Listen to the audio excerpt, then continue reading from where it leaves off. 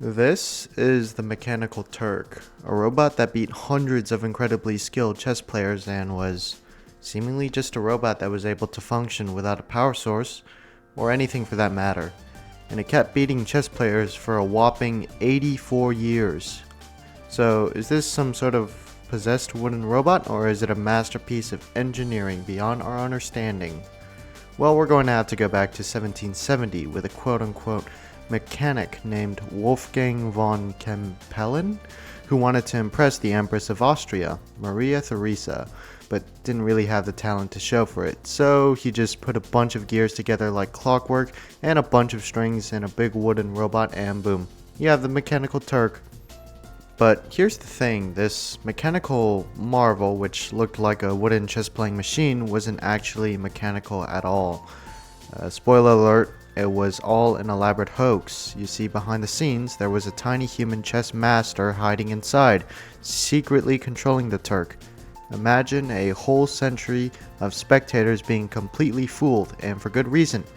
The Turk was designed to be this mind-blowing enigma, and it totally delivered.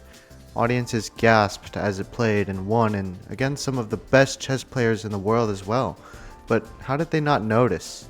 The Turk's inner workings were so carefully concealed, it left people scratching their heads for literal decades. And let's talk about the people who faced off with this contraption. Some of the top players of the 18th century took on the Turk, thinking they were playing against a machine, only to lose in a spectacular fashion. Famous opponents like Napoleon Bonaparte and Benjamin Franklin both had their turn. In fact, it's said that the Turk beat Napoleon so decisively that he probably went back to his tent and muttered, "Why didn't I just stick to conquering Europe?" Don't fact check, by the way.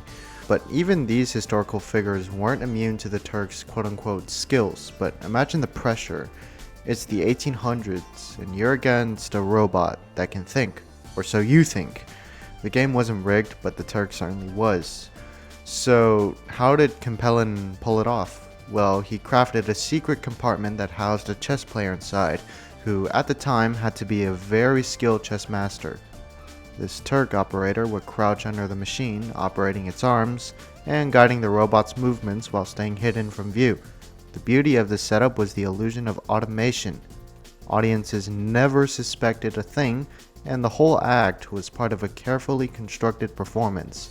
By the time the Turk started gaining fame, the inventor realized he had a true something on his hands, and when it went to tour across Europe and America, it became the talk of the century.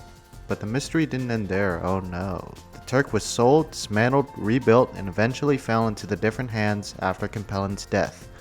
Different players got their hands on it and continued the hoax, even when the truth was out. The last person to truly control the Turk? It was a man by the name of Jean Kersley Mitchell, who was also Edgar Allan Poe's physician.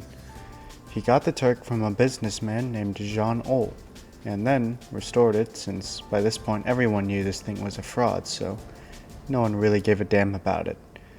Therefore, it was left to rot. Anyhow, when Mitchell restored this, it actually made people interested in it again, surprisingly, and when it got popular again, Mitchell decided to donate the machine to the Philadelphia Museum of Charles Willson Peale. It gave a few performances, then everyone forgot about it again. And then on July 5th, 1854, a fire started at the National Theater in Philadelphia, then spread to the museum, and destroyed the Turk.